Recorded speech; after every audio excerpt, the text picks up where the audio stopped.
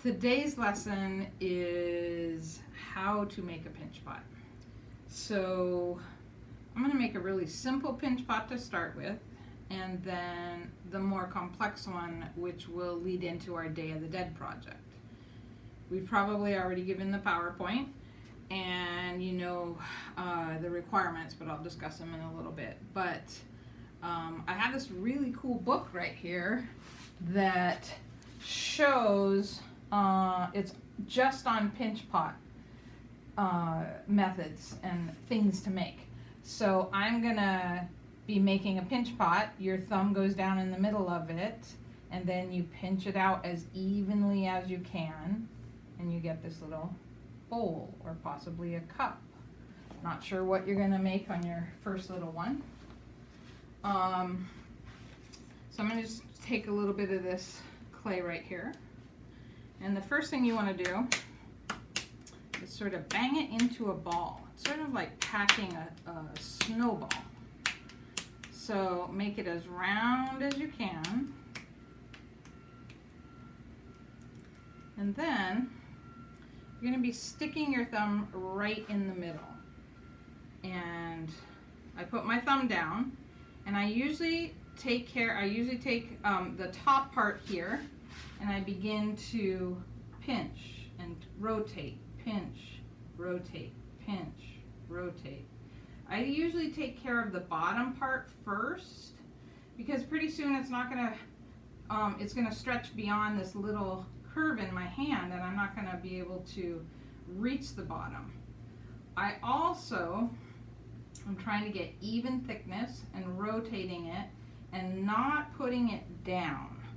What happens when you put it down and you sit here and you work like this is you get thickness at the bottom. So you can see how there's sort of a corner right here and this thickness that happens when you set it down. So you want to keep it in your hand and rotate it, rotate it, rotate it. So this one I kept in my hand, and I'm going to show it to you. And you can see that there's evenness all the way through, so don't set it down. So that's a pinch pot. You're rotating, rotating, rotating, and eventually coming up to the top, and you're trying to get that 1/4 inch thickness, maybe a little bit less. Miss Priest is a really good pinch potter, and I will show you the cup that she made that's really cool in class tomorrow. I'll show you. Okay. Alright, so there is my pinch pot. Now I can do all sorts of things. I could add little feet to it, add some sort of texture to it. Not sure what I want to do with it, but right now I'm going to show you the little bit more complex one. Pinch pots are great for making things that are hollow. So if you wanted to make a piggy bank, if you wanted to make a baseball, if you wanted to make a Day of the Dead skull. So we are making the Day of the Dead skulls. I probably need a little bit more clay. One of the requirements is it needs to be about that big. We want them, or bigger, you could go bigger if you like, but it should fit in between your hands. So I'm getting a pretty big piece of clay. I might even add some more because it's not quite gonna be in my hand. I do want that to be when I finish. So when you pinch it out, it's actually gonna get bigger, almost double in size, and I think I have plenty of clay right now. So round it into a ball.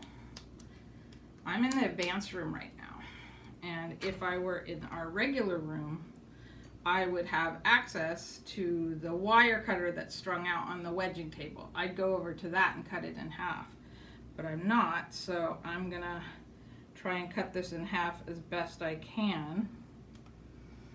And the reason that you want to start out as a ball that is the same size is that when you're, you can see I kind of mooshed it there, but the two halves should be equal, And then when we pinch both of these into bowls, they'll be this sort of same size, and we'll be able to hook them together. So we're going to pinch this out.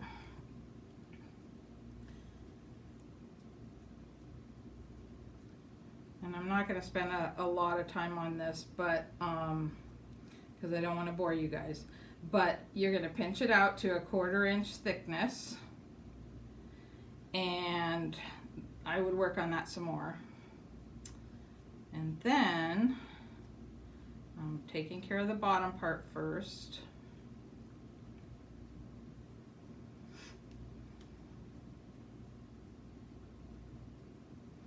And then here's another really kind of crude one, but I'm going to slip and score right here, slip and score right here, and then I'm going to join the two of these together. Okay, right now I didn't slip and score, so I want you guys to do that, please, so your piece doesn't come apart. Right now what it is you're kind of pushing across and almost like sewing the piece together. So you cross over, and smooth all this out. You can pat those little goobers down, and you can actually hear the hollowness in this piece. If I put this in the kiln, it would probably pop open because it's got trapped air. It's one of those explosion reasons. It's not a big bad explosion like the glazing greenware, but it would pop open at usually the joints where it's the weakest. Because I'm going to be making a skull out of this, and your other requirement is, or one of your other requirements, is to cut eye holes and cut the nose hole. You could cut jaws and put teeth in if you want, but because it's sort of trapped like a balloon, first I want to use that to begin to shape it into a skull. And I sort of have a little bit of a skull action here. I have some skulls to show you. Let me show you just a second. Open this box. This I bought at, I think, the 99-cent store, and that is going to be on all the tables, and you could put it in front of you right here and work on it. Here is a sample. Sample 1, sample 2. Got a little sombrero on it, add some things. And then I'm going to show you the real one that I picked up before we started this project to show you how beautifully colored they are. This one is from Mexico, and it's painted. It's not glazed. So they probably did what we call pouring a mold and got that little perfect look to it. You could see that the eye holes are there, the nose, and if you want, you could cut a little hole here for the jaw, or you could open the whole thing and put real teeth in. It looks super cool when you do that. But anyways, you're going to, I'm just gonna kind of do this here so you can see, and I have these eye holes, and they're gonna be somewhere around there. And the nose sort of comes up a little bit, so maybe I'm going to poke it and deal with this part of the nose right here. And somewhere down in here is going to be my jaw. So I usually go ahead and stick my finger in to create that hole. I have to be careful not to collapse my piece, but it allows me to go inside and sort of fix and I'm also sort of turning and making it a nice curve at the edge so it's not sharp. So this is just the basics of the skull. You are then, after you get your form going on, maybe you want to add a sombrero, maybe you want to add a rose. I can show you how to make roses real easy. And then we need some Day of the Dead designs on it. So use your pencil, open it up wide, okay, because we don't stop using your needle tool. It's just too sharp. We want something that is duller. And I think that's it. So simple pinch pot. The complex one came from one ball cut in half, but you can take one ball and pinch it out and make a little bowl, or you can take one bigger ball, slice it in half, and then reconnect it together.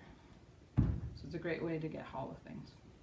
That's it. Time for you guys to go to work. Make something cool, because this is going in our art show. Okay, I wanted to talk about two possible problems. And one is that when you're pinching, you actually pinch it too thin and you get this sharpness at the edge. Don't pinch too thin. Keep it a little bit thicker at the edge, especially with your skull, because you're joining it. Another thing, sometimes the bowl seems to fall open and you guys come and ask me, Miss Olson, what am I doing wrong? So what I will tell you is that you're probably pinching, instead of what I would consider the top of the bowl, the part that's away from me, you're pinching down here. When you pinch here, your hand naturally curves it inward as you're going. You can see this little curve in your hand. When you pinch down here close to your belly, your hand, that same curve, naturally bends it away and it begins to kind of fall open. So try to be over here and constantly bringing it in towards the center as you're pinching, and your bowl will not fall open. It will be a nice little bowl, half a baseball, whatever you're making for that. So those are a couple hints. Third thing I wanted to talk about is, this is Miss Priest's really cool bowl, a cup that she gave me, and she put super cool texture up here. Look how thin it is. It's so incredibly thin. And then she put a really cool foot down here too, with some cool texture, so you can see that it's almost an inch, and that sets it up really nicely away from the table. So really cool, Miss Priest, thanks.